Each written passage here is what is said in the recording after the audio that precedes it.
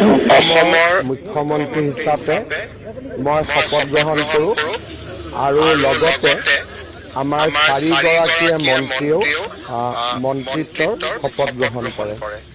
আমি সকলোৱে জানো যে আধুনিক অসমৰ ৰূপকাৰ আৰু আধুনিক অসমখন নিৰ্মাণৰ বাবে অসমৰ সুৰক্ষা আৰু বিকাশৰ কাৰণে ভাৰত ৰত্ন লোকপ্ৰিয় গোপীনাথ বৰদলৈ ডাঙৰীয়াই জীৱন জুৰি সাধনা কৰিছিল, সাগৰ সমান বৰঙণি আগবঢ়াইছিল।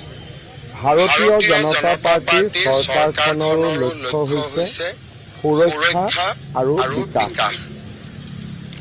স্বাধীনতাৰ প্ৰাকক্ষণত আৰু স্বাধীনতাৰ ঠিক পৰৱৰ্তী সময়ত ভাৰত ৰত্ন লোকপ্ৰিয় গোপীনাথ বৰদলৈ ডাঙৰীয়াই অসম আৰু অসমীয়াৰ সুৰক্ষা আৰু বিকাশৰ বাবে কাম কৰিছিল।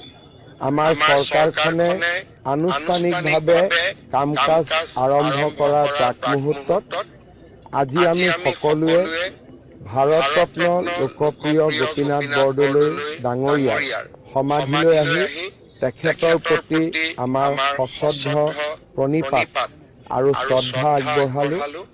আমি তেখেতৰ পৰা আশীৰ্বাদ বিচাৰিছো যে তেখেত য'তেই আছে তাৰ পৰা আমাক আশীৰ্বাদ দিয়ক, যাতে অসমৰ সুৰক্ষা আৰু অসমৰ বিকাশৰ বাবে আমি কাম কৰি যাব পাৰোঁ। অসম আৰু অসমীয়াক সুৰক্ষিত কৰা আৰু আমাৰ ৰাজ্যখনক বিকাশৰ এক অনন্য স্তৰলৈ লৈ যোৱা, ইয়ে হৈছে আমাৰ সপোন। এই সপোনবোৰ পূৰণ কৰাৰ ক্ষেত্ৰত আজি আমি সকলোৱে লোকপ্ৰিয় বৰদলৈ ডাঙৰীয়াৰ পৰা আশীৰ্বাদ বিচাৰিছো। আজি আমাৰ 2টা বজাত অসম চৰকাৰৰ প্ৰথম কেবিনেট বৈঠক আৰম্ভ হ'ব, অৰ্থাৎ কাৰ্যত আজিৰ পৰাই চৰকাৰখনে কাম আৰম্ভ কৰিব। আৰু সেইবাবে আজিৰ দিনটোত মই অনুভৱ কৰিছিলোঁ যে আমি কাম আৰম্ভ কৰাৰ আগতে ভাৰত ৰত্ন গৰাকীৰ সমাধিলৈ আহি তেখেতৰ আশীৰ্বাদ বিচাৰিম।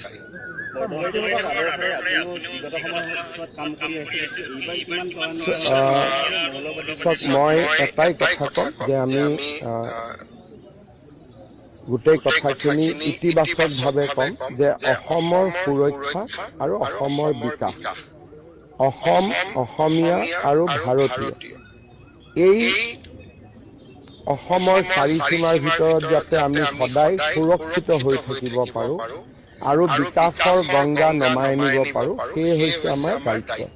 আৰু আমাৰ কাম কাজত ইয়াৰ প্ৰতিবিম্ব বা ইয়াৰ প্ৰতিফলন আপোনালোকে দেখা পায়। আপোনালোকে অনাগত দিনত আমাৰ কাম কাজবিলাক চাই থাকিব আৰু কামে কথা ক'ব, কথাৰেতো একো লাভ নহ'ব, গতিকে কামে কথাবোৰ কৰি যাব। আমাৰ নিৰ্বাচনী ঘোষণা পত্ৰ আমি হাতে কামে ৰূপায়ণ কৰাৰ ক্ষেত্ৰত আমি প্ৰতিশ্ৰুতি দিম। আজি মই এটাই কথা কৈছোঁ যে কামে কথা কৰি যাব আৰু কথাৰে একোতো নহ'ব। কথা কোৱাৰ সময়টো পাৰ হৈ গ'ল, নিৰ্বাচন প্ৰচাৰ অভিযানৰ সময়। এতিয়া কথা ক'লে মানুহে বেয়া পাব, এতিয়া মানুহে কাম চাব বিচাৰিব।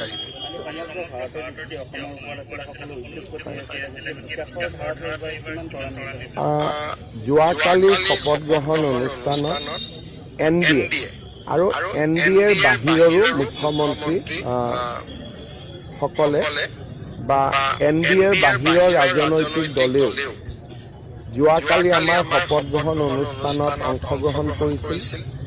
ভাৰতৰ উদ্যোগপতি আৰু অসমৰ আধ্যাত্মিক গুৰুসকল আৰু তাৰ লগতে আমেৰিকাৰ দৰে ৰাষ্ট্ৰদূত পৰ্যন্ত গোটেই শপত গ্ৰহণ অনুষ্ঠানটোৱে অসমে যোৱা 5 বছৰ যি ভাৰতবৰ্ষৰ প্ৰেক্ষাপটত এক অভূতপূৰ্ব শক্তিৰ ভাণ্ডাৰ হৈ পৰিছিল, তাক যোৱাকালিৰ শপত গ্ৰহণ অনুষ্ঠানটোৱে প্ৰতিনিধিত্ব কৰিছিল। শপত গ্ৰহণ অনুষ্ঠানটোৱে আজি ভাৰতৰ ৰাজনৈতিক প্ৰেক্ষাপটত অসমৰ স্থান ক'ত তাক সমগ্ৰ দেশবাসীৰ সন্মুখত পৰিচয় কৰাই দিছিলে। বাকী কি হ'ব কি নহ'ব আমাৰ নিৰ্বাচনী ঘোষণা পত্ৰখন আপোনালোকৰ সন্মুখত আছে। লাহে লাহে আমি কামবিলাক কৰি গৈ থাকিম আৰু যি ধৰণে চৰকাৰখন যিহেতু নতুন নহয়, ই এটা কণ্টিনিউটি, গতিকে আমি নিজৰ কামবিলাক যেনেকৈ আগত কৰিছিলোঁ তেনেকৈ আমি কৰি গৈ থাকিম। অকণমান অহা 21 তাৰিখৰ পৰা অসম বিধানসভাৰ অধিৱেশন অনুষ্ঠিত হ'ব। বিধায়কসকলে শপত গ্ৰহণ কৰিব আৰু আজি আমি কেবিনেটত বিধানসভা কেইদিন চলিব, কি কাৰ্যসূচী হ'ব গোটেইখিনি ঠিক কৰিম আৰু মন্ত্ৰীসভাৰ সম্প্ৰসাৰণ আদি বিষয়বোৰ আমি বিধানসভাত ঠিক পিছত হাতত ল'ম। মই ভাবোঁ যে আজি এটা গোপীনাথ বৰদলৈ ডাঙৰীয়াৰ সমাধিৰ সন্মুখত ইয়াত বহুত বেছি ৰাজনৈতিক কথা কোৱাটো ঠিক নহয় আৰু গোটেই সকলো মানুহে শপত গ্ৰহণ অনুষ্ঠানত আহিছে, যাৰ মনত আহিব ইচ্ছা আছে সেই ৰাস্তা বনাই ল'ব।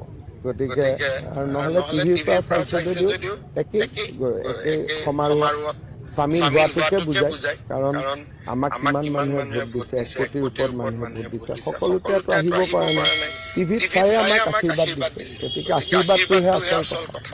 হ'ব।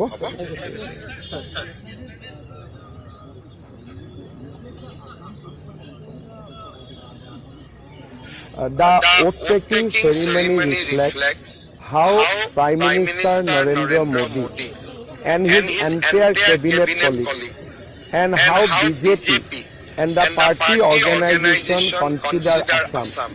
Assam is an emerging power. Assam is